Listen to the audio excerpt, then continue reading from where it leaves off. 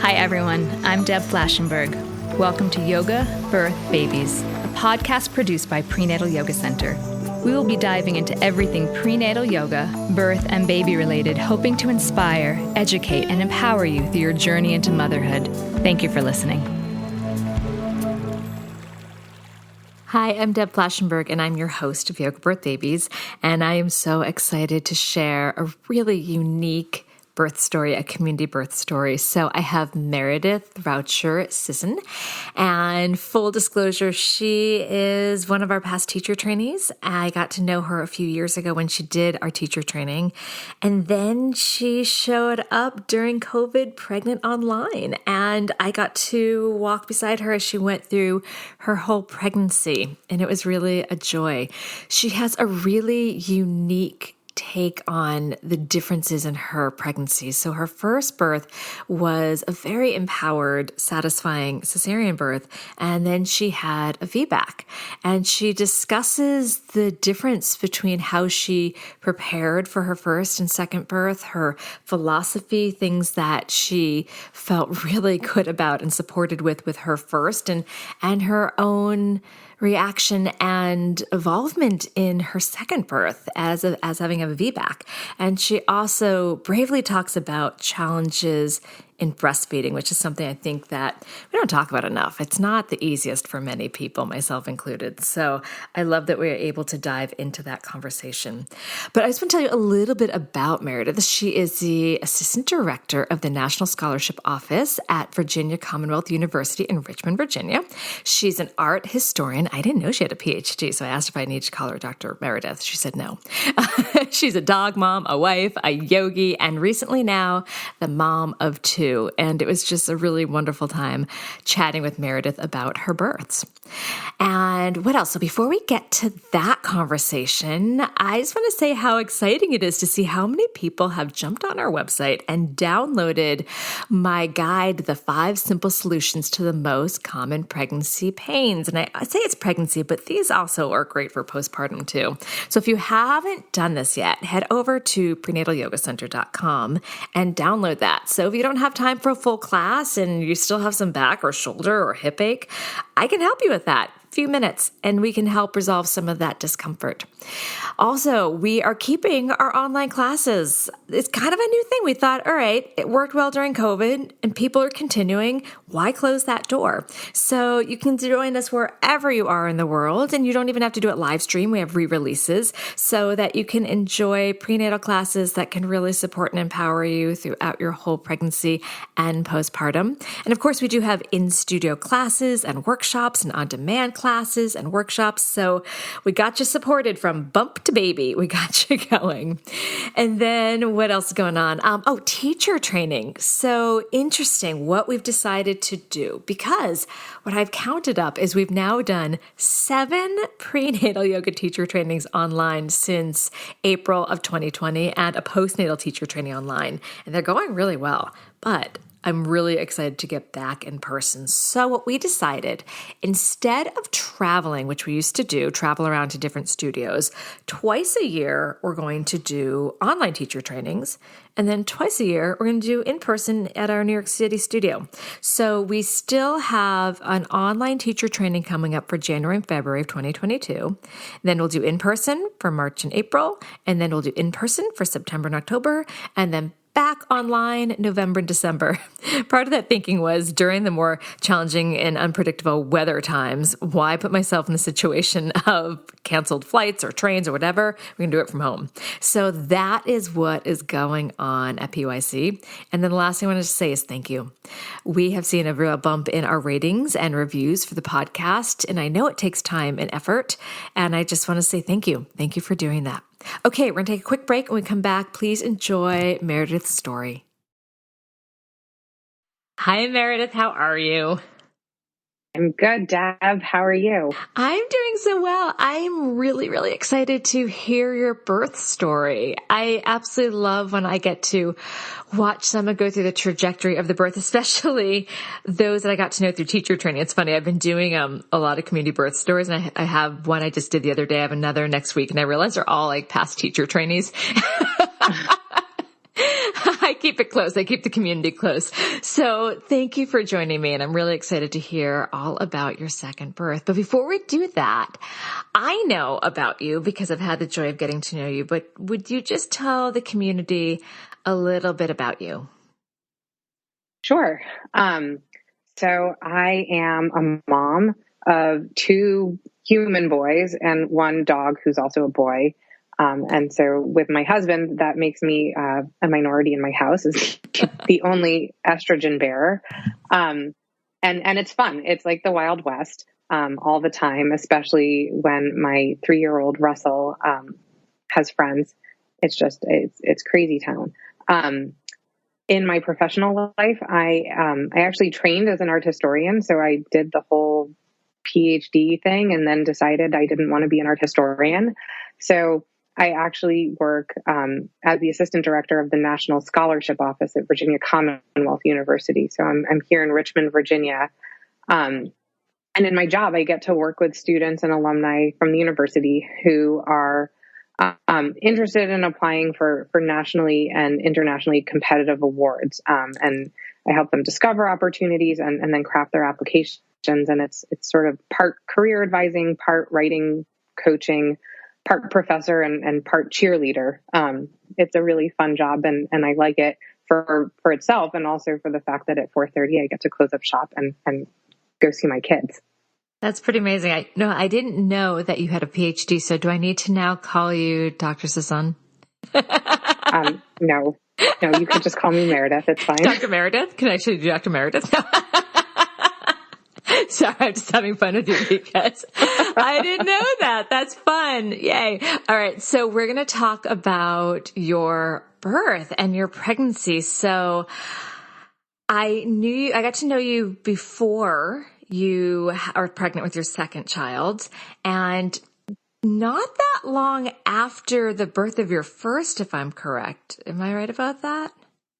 Yeah. So Russell was born in May of 2018, and then I did teacher training with you that started either in February or March, maybe March of 2019.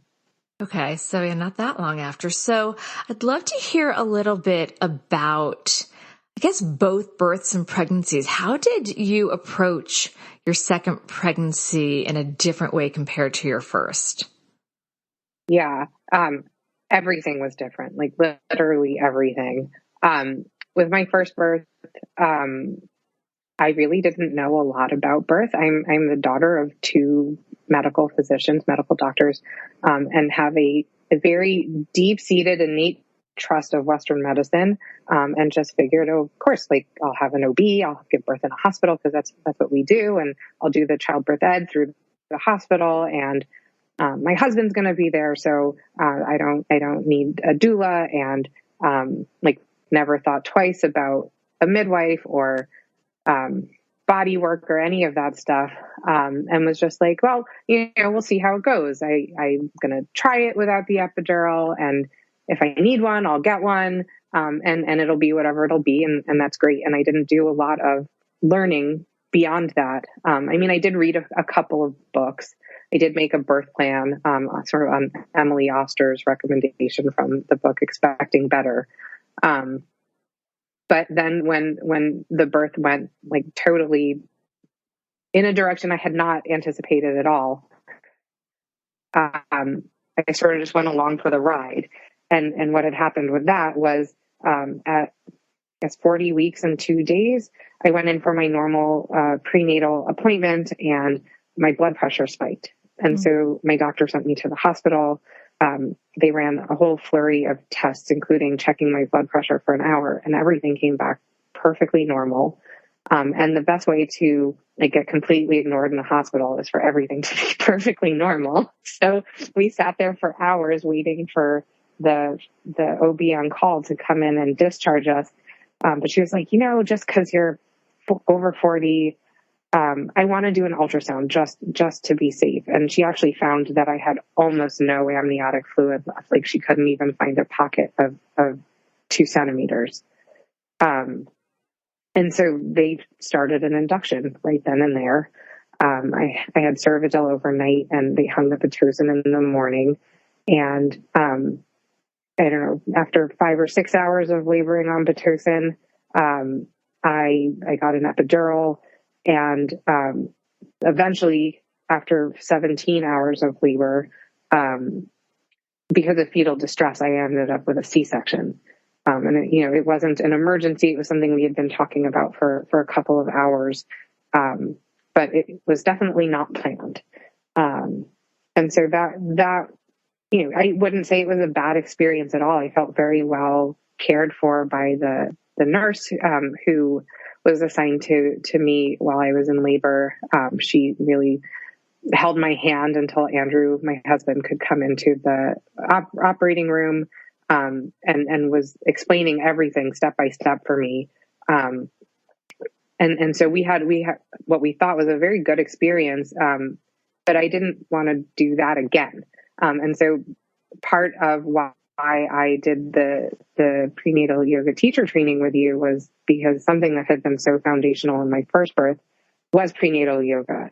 And I felt like the pregnant population was a population that I felt a connection with in a way that I never had when I did my initial yoga training, and teaching.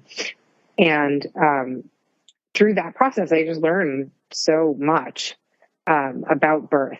And I realized that I had options that I didn't know were even options, and that I could make decisions about a lot of things that never even occurred to me.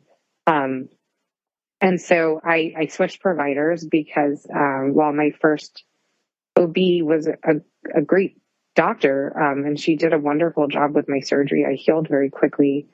I didn't think she was going to be the kind of person to sort of hold my hand and take the time to answer all of my questions as I navigated a VBAC attempt. And I wasn't even sure. I didn't ask her, to be fair, but I wasn't sure that she was going to support an unmedicated vaginal birth after cesarean.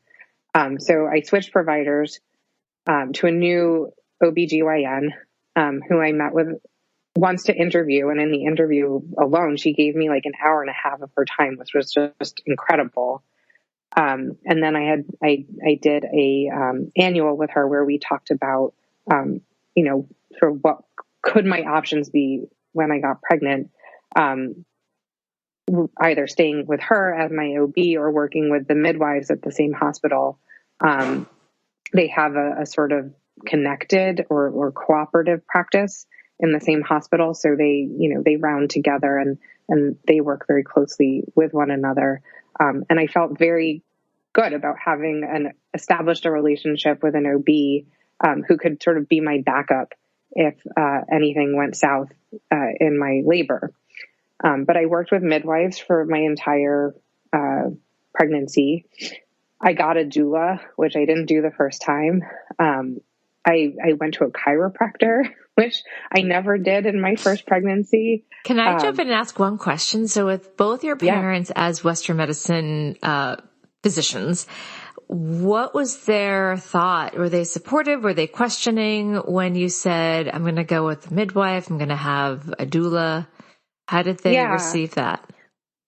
So my dad was just like, cool, great. He's the pediatrician, so he deals with pregnant people and new parents pretty regularly. But I think my mom was very nervous about working with midwives, that they wouldn't necessarily know as quickly or as well if something went wrong. But she supported me. That's great. If we fast forward to the birth story part where I had an external version because my baby flipped breech, she was really nervous about that, especially at the point where I was like, well, I'm going to go forward with a version, because she had been chief medical officer of a neighborhood or community hospital in Brooklyn, and had seen versions go bad. And so it made her very nervous that I was even going to do that. But when she asked me, like, well, what will you do if it doesn't work?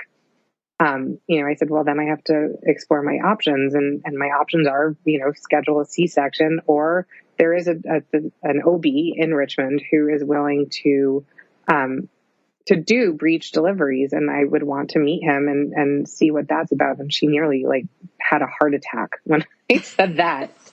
So, she definitely, was very nervous for my safety, as any good Jewish mom would be. But I just laugh because I remember my mother, when I told her I was using a midwife, she's like, "Are they even medically trained?" And I'm like, "Yes, they are." Like, I was like, "What are you thinking?" So sorry, I interrupted you. So let's go back to where you were before. So, where were we on your story? I think I was almost at the end of my answer that, I said I'd sought out a chiropractor. Yes. Thank you. Which was sort of a brave new front for me. With Russell, I definitely was anti-chiropractic care, but discovered it this time around, and it was magic. It was amazing. But overall, I'd say it felt much more proactive. Like I felt like I actually was taking a front seat and participating in this pregnancy rather than just like observing it. And how did that make you feel about just all the decisions and the whole process? I love that you use the words like you were taking an active role. Yeah. I think making those decisions actually allowed me to let go more of expectations, because I knew that I had done everything I could to like line up the best support team that I could, and to know what my options were, and know what I would want to do in, various situations. And, you can't plan for everything. But knowing that I didn't want a cesarean, I felt like I did everything I could to potentially avoid it. But if it happened, like there wasn't anything I could have done differently. Right. And so, I could just go into my labor knowing that whatever way it happened, or like the ECV, if that ended up in a cesarean, like that's just because it had to be that way. Right. And I could see that being more satisfying, especially as one would recall their birth story. Be like, on the other side, if you didn't, you could have thought like, oh, what if I tried? And then if you did all the things, there is that satisfaction that you threw everything you could at the situation, and then things landed as they did. Yeah, absolutely. And I think that was a lesson I learned from my first birth. And we'll probably talk about this later, but I had just an enormous amount of trouble nursing Russell. Mm-hmm. I mean, I joke, like I don't make humans who are anatomically well suited to nursing. And I mean, it's true. Both of them, had tongue ties and lip ties and, receding chins. And Russell had also like a high arch in his palate. And so they just, both of them couldn't transfer milk. And I wondered a lot after Russell was born and struggling with that, whether the epidural and the C-section had anything to do with it. And I can look back now and know that no, probably not. But at the time, like it was definitely something I'm like, well, if I had done this differently, would it be different? Right. And that will just keep your mind continuously down that spiral. So I want to hear your birth story. I'm so excited. So we're going to take a super quick break. And when we come back, we're just going to let the floodgates go. And it's all about you sharing your story. We'll be right back. Looks like you need a vacation. Enter the 5-Hour Energy Where Will the Tide Take You sweepstakes. You could win a $10,000 dream beach vacation. Imagine jet setting off to a tropical paradise, having fun in the sun, or diving at a gorgeous reef. It's up to you. No purchase necessary. Go to 5HETide.com for official rules and to enter. That's 5HETide.com. Enter today. Ends June 30th, 2024. All right, my friend, the microphone is yours. I just want to hear everything you want to share. Okay. Well, I guess I will share, starting at 36 weeks when my baby, who had otherwise been head down, decided to turn breech. And and all of a sudden I had to go in for an external cephalic version, which I knew what it was and I knew about it, but it wasn't something I ever thought I was going to have to do. So I guess I did get my epidural for this pregnancy. I had like legitimately, I think the best epidural that anybody could possibly place, where I was only numb from like below the breast to like the pubic line. And it was great. Although my blood pressure dropped several times to like scary low, numbers, but the version worked, which was very exciting. And, apparently I was the first person, my doula supported who she walked out of a hospital with while still pregnant. So I got to go home and wait another 4 weeks for Noah to make his grand appearance. I went to 41 weeks, and at 39 weeks and 6 days, I went in for a non-stress test and an ultrasound, and everything looked good. And I met with my midwife, and she stripped my membranes and then told me in the morning I was going to be taking castor oil, which I know that, there's not great evidence on either way, but if anybody is interested in thinking of doing it and their care provider says that it's a good idea, the recipe of 2 tablespoons of castor oil to 2 tablespoons of peanut butter and then spreading that on toast was actually quite bearable. But it did make me nauseous all day. So I spent most of the day in bed with seemingly nothing happening other than just wanting to vomit all day. When I finally started to feel better, I went walking with my husband. We did the curb walking, which is just feels so funny when your neighbors are like, what are you doing? All right, explain the curb walking, because now I'm actually just visualizing you doing this, like one foot on a curb, one foot. It must have been like, what is that crazy pregnant person up to? Yeah. And I had to sort of like go back and forth on the same block on the same side of the street because I wanted to like get both sides. But essentially the idea is that you jostle the baby and the pelvis around enough that maybe it gives them the idea to get things going. And so at this point we're at, I don't know, like 4 p.m. I come back in the house. Both my parents are here because I'm 41 weeks pregnant. And so it's going to happen at some point in the near future. And they were going to take care of my older son while I was in the hospital. So my dad went to go get Russell from daycare. And I'm sitting and talking to my mom, sitting on a yoga ball because it's like the only comfortable place to sit. And I don't know, maybe 20 minutes later, the door flies open and Russell is screaming and my dad is upset. And I turn around and Russell's just like bleeding from the face because apparently he had my dad carry him in the house and my poor father tripped and both of them went into the brick steps in front of my house. And Russell landed on his face. And it turned out he was fine. I'll fast forward so that nobody has to worry. But he did split his lip and he like very badly scraped like the side of his chin and the bottom of his chin and had a gash on his chin.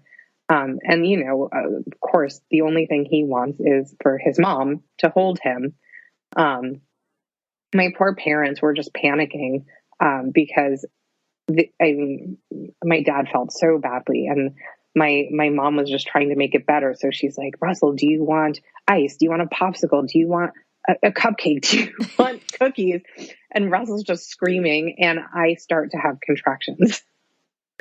And he's sitting on my lap and bleeding all over me. Luckily I was wearing black because that's exactly what I wore to the hospital. But eventually I take him upstairs out of the hustle and I'm trying to calm him down in his room and rocking with him on the rocking chair in his room. And at a certain point I said, my husband comes in and I said to him, I was like, you need to time these contractions because like, I can't breathe. Like I can't talk through them. Like when they happen, I need to focus on them. And I'm thinking, okay, we're like, 10 minutes apart or 15 minutes apart even. And he starts to time them. And after a couple, I look up at him like, and he's like, they're 3 minutes apart. Oh, good. Okay. So I'm like, you stay with Russell and I'm going to go call Heidi, our doula. And I talked to her and she's like, yeah, so, you should go eat some dinner and I'm going to go eat some dinner and we're going to talk in 20 minutes. And I was like, there's no way I'm going to eat any dinner. And she's like, well, okay, have Andrew eat some dinner and then we're going to talk in 20 minutes. So I am basically at this point laboring by myself, in my bathroom, which you'll know from live stream yoga classes, is where I practice because it's big.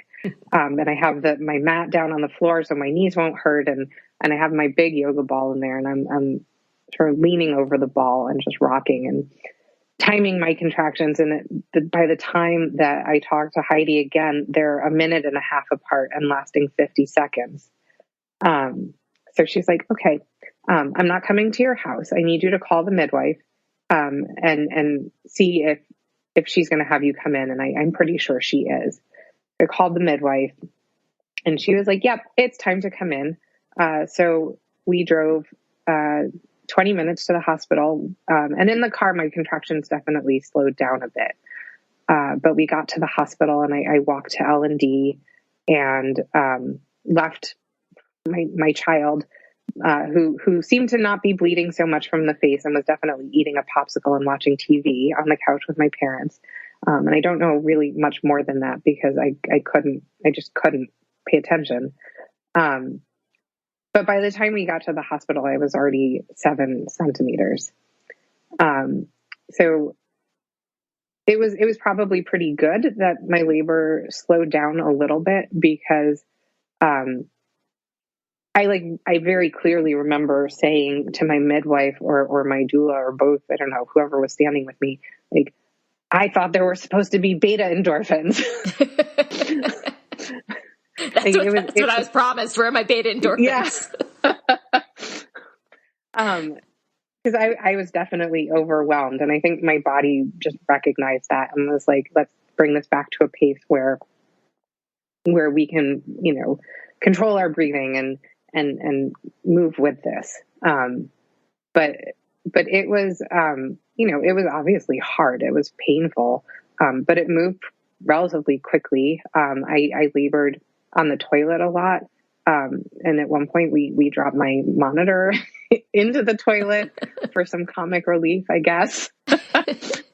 I labored, and side lying for a little bit and kneeling over the back of the bed. But the upright positions were definitely the ones that were working the best. And so within, I don't know, less than 3 hours of being at the hospital, maybe 2, I was fully dilated and actually ready to start pushing. So it was interesting that the labor went so fast because I had labored before, but the pushing went really slow. And that was the part I had never done before. With Russell, I got to 9.5 centimeters and then went to C-section. And so with this, I remember saying at one point, is this even working? And it was when we were staring in the mirror at Noah crowning. But I just couldn't even tell if anything was happening.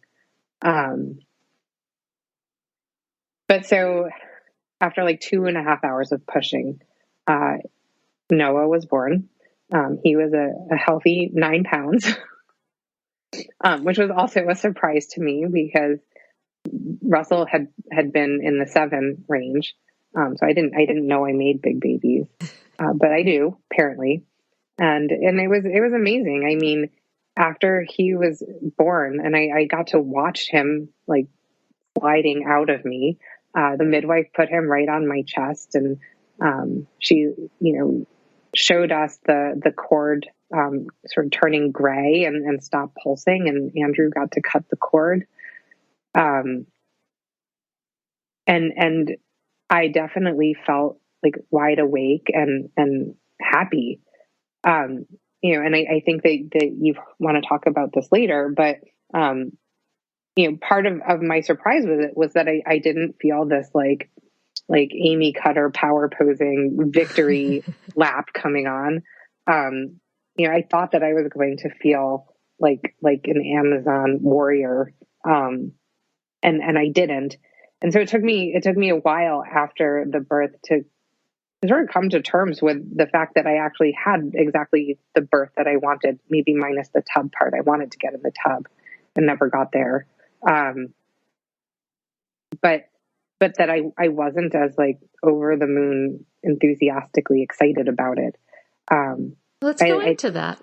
So let's talk about how, first of all, can I honestly say I love that you talked about the Amy Cutter power pose, because I'm pretty sure I've done several, I don't know if you were in any of those yoga classes where that was the theme. Like we did like the wide stance, hands on hips. So kudos to you for offering that, because I'm wondering if maybe like 10% of the community listening will be like, what is this? So I'll make sure I put it in the show notes, but thank you for sharing that part, because it just made me smile. But let's jump into because one thing that you wrote when you shared your birth story was that feeling of like, I had a VBAC. So let's unpack that a little bit. Yeah. So the VBAC was definitely empowering for me. I think not in the sort of like bright and bold way that I thought it was going to be. But it gave me a lot of confidence. Like I know that my body is strong, and that I can endure and maybe even conquer a lot. And I certainly don't want, I think part of it is that I don't want to diminish my first birth. That wasn't the birth that I had been expecting, and it wasn't the birth I wanted to have again, but it was the birth that I had. And it still required a lot of like strength and stamina and wherewithal from me, to get through it. It was just in a different way. And so I think part of my ambivalence was like not wanting to overshadow the beauty that was that birth also. Yeah, it wasn't like a do-over, because I've heard some people wanting a VBAC feeling like they missed something, so this is their do-over. That's not how you approached it, if I'm hearing you correct. Yeah, I think that's right. Like I definitely wanted to give my body a chance to do, what people in the birth world and midwives and Ina May Gaskin, who all say like, your body is made for this. And I wanted to give my body a chance to try it, and to show myself that my body could do it, because I didn't have the opportunity to really prove that to myself before. So in that sense, I guess it was a do-over, but really like I wasn't trying to heal myself, because I wasn't traumatized by my first birth. Like I was, I think, very lucky in that even though I didn't have the birth that I thought I was going to have, I still felt very cared for and respected, and considered throughout the whole thing. That's important. And I think you just opened a huge can of worms and really hit it, that people can have what one might look at as like a quote unquote perfect birth, but if they didn't feel cared for or considered or heard, they can interpret that as traumatized. But so it's not the method in which someone's birthed, it's really how they're made to feel throughout the process. I think that's exactly right. And I was blessed with, my L&D nurse in my first birth, her name was Angela. And like, I think on purpose, like she was angelic, honestly. And I'm like so grateful for everything she did to make sure that I knew what was happening and that I, could do what I needed to do. Like I yelled and screamed and made a lot of noise, and nobody ever told me to be quiet. And she wasn't alarmed by it. She didn't, worry that I was making a lot of noise. And she was, using the peanut ball and moving me even as I had my epidural. So, I really give her a lot of credit for making me feel like I was a part of my birth and that we were doing everything to help my baby come out safely and to make it an experience that I could feel proud of. And so I didn't want to diminish that. And I, I think I'm 7 months out now, and I still probably have lots of processing to do over years to come. But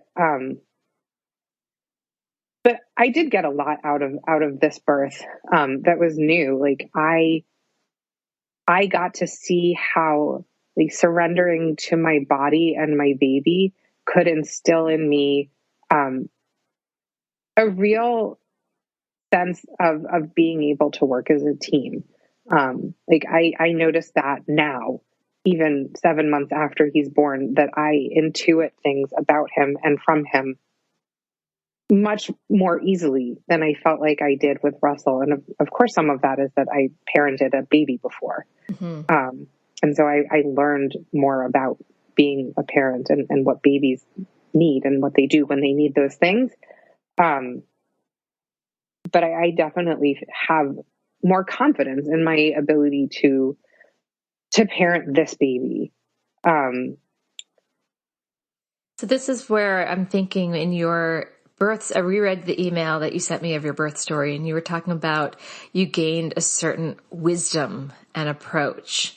Is this what you were thinking about with that? Just that sense of confidence and that innate wisdom of attuning to your baby? That's definitely part of it. Like, I think I enjoyed this postpartum so much more. And part of it is because, like, I just felt like Noah and me, like, we're a team. And I know how to mother him. Like, I'm not going to know everything all the time. He's still going to cry sometimes that I don't know what he needs, but more often than not, like, I do know what he needs, or I know what will make him feel better, even if it's maybe not exactly what he was hoping for. But I think part of it is also just learning from my first go about, with Russell.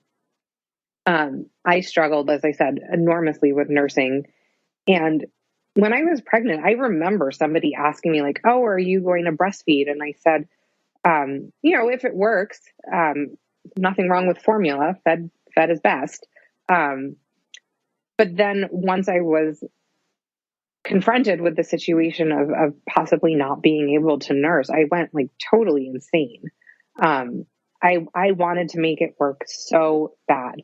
I met with multiple lactation consultants. I, at a certain point, was doing the nurse pump bottle every 2.5 hours for like 8 weeks, which I wouldn't wish on my worst enemy. Like, it was horrible, because it was exhausting. And I just felt, for forever, like, I felt that my body was betraying me and my baby was rejecting me.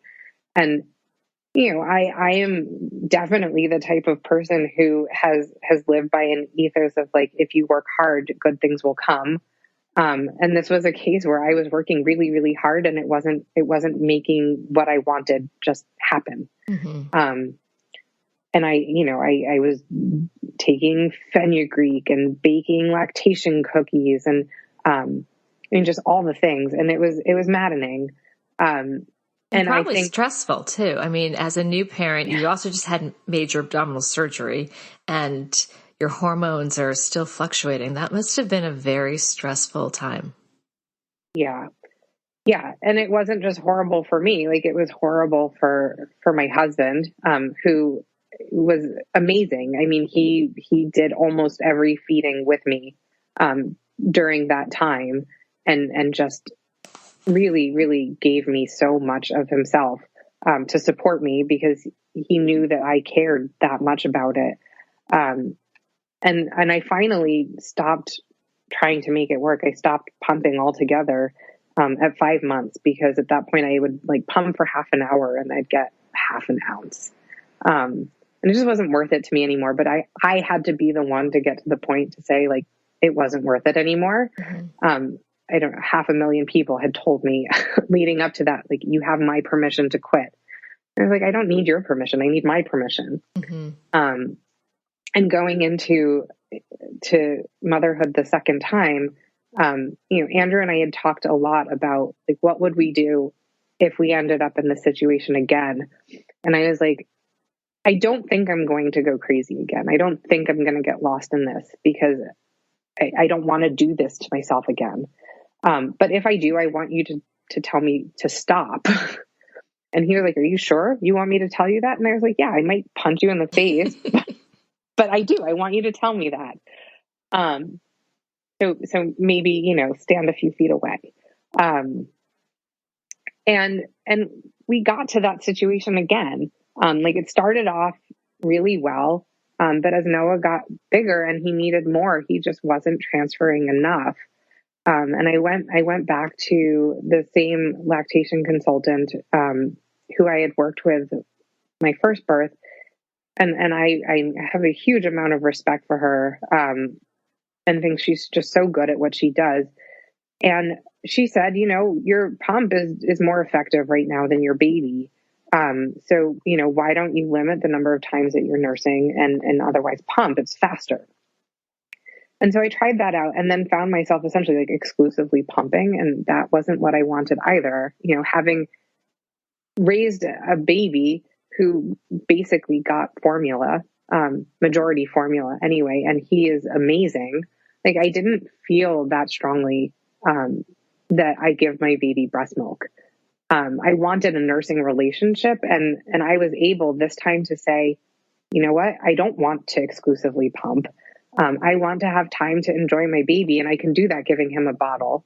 And so it was much easier to let it go this time, from having had that experience before. And I think it did really make a difference. Like with Russell, it took that, until I was done trying to force nursing on us, to really feel like I could bond with him.